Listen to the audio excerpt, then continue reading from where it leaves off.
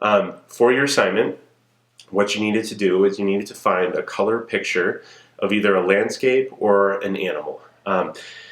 I usually recommend people head more towards the landscape because I feel it's a little bit easier to recreate. However, if you really want to do a picture of your dog or your cat, some people have a horse, you're welcome to do that. So when we get started, what you want to do is find your color picture. I found this color picture of a golf course. In the golf course, there's a background, a middle ground, and a foreground. This sectioning of the overall picture will help us when we're putting together our overall composition.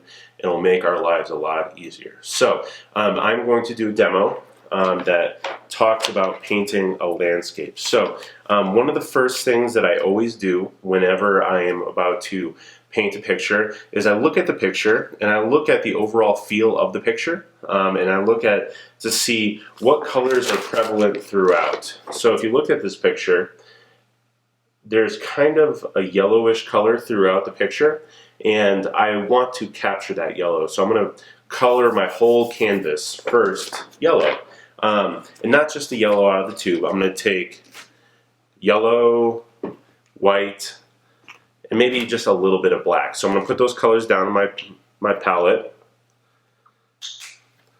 Got my yellow, a little bit of white, and you don't need much. This is just for our background coloring. So, okay, so I have my little dabs there. You can see how much I took.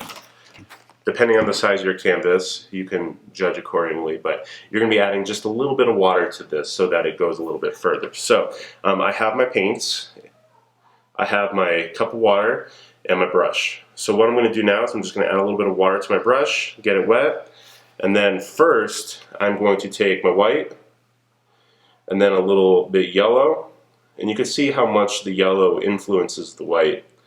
We don't want it to be like a canary Tweety bird yellow, however more of like a daisy yellow, I guess. So I added just a little bit of black. You can see that it's just a little smidgen.